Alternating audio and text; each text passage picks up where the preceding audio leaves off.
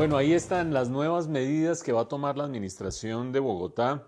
Ustedes han visto el balance del fin de semana, el balance de este confinamiento que tuvimos en los últimos días, en este puente festivo. Fue un balance bastante bueno. Se redujo en 75% el uso de Transmilenio. Ese es el indicador más elocuente de la caída en el nivel de movilidad de la población. Pero se vienen las medidas que ustedes ya han visto y que han sido advertidas por la administración. En primer lugar, una nueva cuarentena estricta el próximo fin de semana, es decir, repetir la dosis de lo que tuvimos en el fin de semana anterior. Además de eso, la próxima semana entran en confinamiento 6 localidades de la ciudad. Acuérdense ustedes que ya hay otras 6 que han tenido distintos ciclos. Una de ellas va a terminar comenzando la semana siguiente, la otra, el otro conjunto de 3 localidades va a terminar más o menos a mediados de la semana entrante. Pues comenzando la semana entrante, otras 6 localidades arrancan ese confinamiento estricto. Es decir, a medida que van apareciendo esas intensificaciones del virus en distintas zonas de la capital, pues se van tomando las medidas del caso. En primer lugar, entonces, esta cuarentena de fin de semana. En segundo lugar, 6 localidades más en confinamiento. Pero lo tercero, terminaría también terminando la semana el toque de queda que se ha establecido por estos días y ya la próxima semana estaríamos sin toque de queda en la capital. Y obviamente la primera pregunta que todo el mundo se hace es, bueno, pero ¿de qué magnitud es la crisis para que la administración esté tomando estas medidas? Pues ya han visto ustedes algunos de los datos, pero los vamos a recapitular. Tengan presente lo siguiente: uso de unidades de cuidados intensivos. En general, el total de unidades de cuidados intensivos en la capital, un nivel de utilización el día de hoy de 91,7%. Si ese promedio rigiera para todos los centros hospitalarios de la capital y uno llegara y le quedara ese 9%, ese 8,3% disponible, pues diría, ahí hay un margen de maniobra.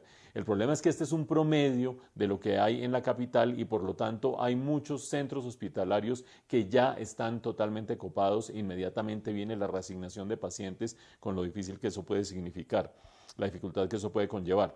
Pero el uso de unidades de cuidados intensivos exclusivas de COVID-19 está más alta todavía, está en 93,5%, solo da un margen de 6,5% con el mismo problema que acabamos de decir de la distinta distribución entre centros hospitalarios de la capital.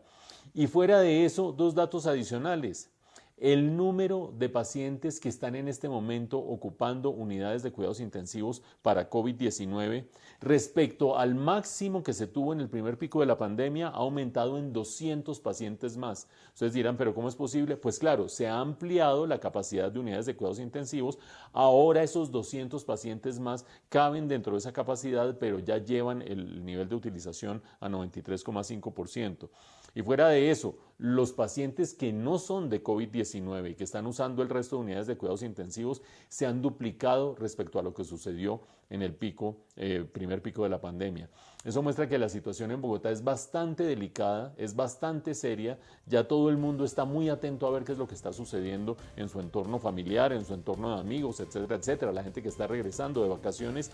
Y en ese contexto, obviamente, arrancar clases el 25 de enero, como estaba previsto por parte de la administración distrital, no tiene ningún sentido. Clases presenciales, sí se van a arrancar clases, pero se van a arrancar por la vía virtual. Y para atender esas necesidades de la vía virtual, que sabemos que hay muchas familias que no tienen la capacidad de proveerle a sus hijos de un instrumento para poder acceder a clases virtuales, se van a facilitar 124,000 nuevas tabletas para los niños de las escuelas públicas del distrito y los colegios públicos del distrito.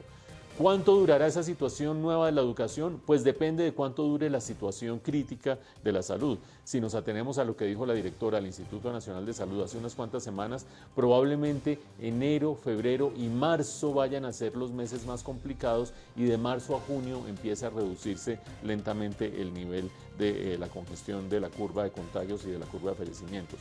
Vamos a ver si se cumplen los pronósticos. Por ahora todos a ponerlos las pilas y a cuidarnos mucho.